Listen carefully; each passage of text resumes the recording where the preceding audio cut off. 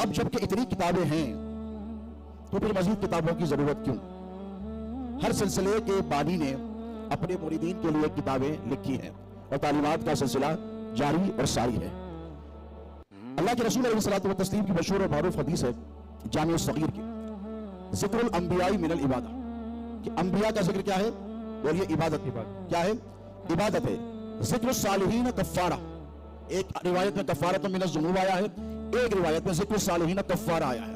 تو یہ جو محب النبی کتاب ہے، یہ فخر الاولین والآخرین سلسلے چشتیہ کے مجدد حضرت فخر پاک حضرت فخر الدین رحمۃ اللہ تعالی علیہ، جنہیں آپ اور ہم حضرت مولانا فخر الدین کے نام سے جانتے ہیں، ان کی حیات، ان کی خدمات، ان کی تعلیمات کے حوالے سے دوستو عرض گزارش یہ بات ہے آپ کی خدمت میں کہ جب آپ نبی کا ذکر کریں گے، درود پڑھیں گے، عبادت، اور جب آپ صالحین کا ذکر کریں گے، یہ آپ کے گناہوں کا کفارہ بن جائے گا۔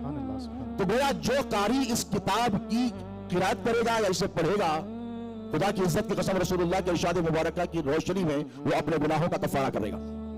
حضرت جنید بغدادی رضی اللہ تعالی عنہ سے، جو سید الطائفہ ہیں، جو ہمارے بھی پیر ہیں، آپ کے بھی پیر ہیں، جو سب کے پیر ہیں، کسی نے پوچھا کہ مشائخ کی حکایات پڑھنے اور سننے کا کیا فائدہ ہوتا ہے؟ توجہ سے سنیں، یہ جو کتاب حضرت محبوب میاں نے بڑی محنت کے ساتھ، بڑی عرقریزی کے ساتھ لکھی ہے، اور اس میں ان کے معاونین، ان کے گھر والے اہل خاندان رہے ہیں، ہمارے خان صاحب رہے ہیں، مفتی صاحب رہے ہیں، اللہ تبارک و تعالیٰ آپ سب کو جزائے خیر عطا فرمائے۔ اب یہ آپ کے ہاتھوں میں ان قریب یہ کتاب ہونے والی ہے، سب لے کے جائیں گے انشاءاللہ، کہیں سب پڑھیں گے، اگر پڑھنا نہیں آتا تو پڑھوائیں، کل سنیں گے انشاءاللہ حضرت جنید بغدادی سے مشائخ کی حکایات کے بارے میں۔ اس سلسلے کے چونکہ آپ مرید ہیں، فخر پاک کے دامن اقدس سے چونکہ آپ وابستہ ہیں، اب جب آپ حضرت مولانا فخر الدین کے حالات، ان کے کمالات، ان کی تعلیمات کا مطالعہ کریں گے تو آپ کو کیا فائدہ ہوگا؟ سید الطائفہ جنید بغدادی کی بارگاہ میں چل کر پوچھیں کہ آپ بتائیں کہ ہم صالحین کا ذکر، مشائخ کا ذکر جب پڑھتے ہیں تو کیا فائدہ ہوتا ہے؟ تو وہ ارشاد فرماتے ہیں کہ ذکر الصالحین، اور ایک روایت میں فرماتے ہیں ذکر المشائخ جند من جنود اللہ، ان کتابوں کو تم معمولی کتابیں مت سمجھو، اس لیے کہ یہ محب النبی کی کتاب اللہ کے لشکروں میں سے ایک لشکر ہے۔ سبحان اللہ، سبحان اللہ۔ اب لشکر کا کیا فائدہ ہے؟ جنگ کی صورتحال چل رہی ہے کہ نہیں؟ بولیے۔ دنیا جنگوں سے جوڑ رہی ہے کہ نہیں؟ بولیے۔ اب کوئی لشکر ہے جو اللہ کے لشکر کا مقابلہ کرے؟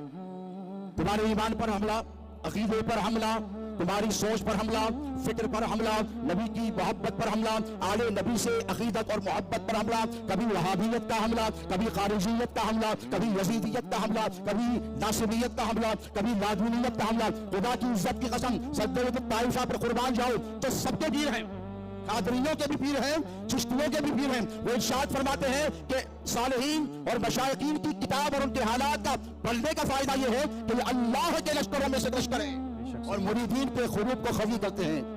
سرکار غریب نواز کی تمام تر محنتوں کو پروان چلانے میں سب سے آگے رہے حضرت قطب الدین بختیار کاکی۔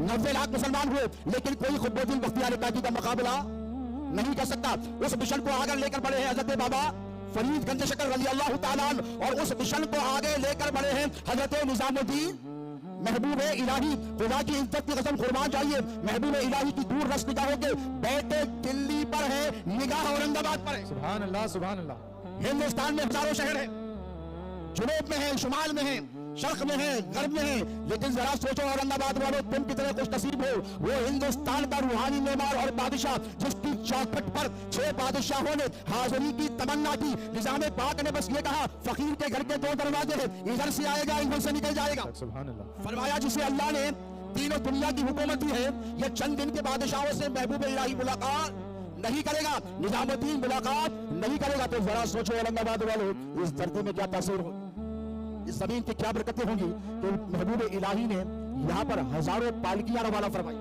اسی لیے ان کو پتا تھا کہ اب مرکز ہندوستان کا دلی ہے، آگے چل کر مرکز ہندوستان کا اورنگ آباد ہو، اور اسی سرزمین پر اپنے سلسلے کے وارث حضرت نظام الدین اولیاء کو روانہ فرمایا۔ یہ بھی انتخاب ہے حضرت محبوب الہی کا۔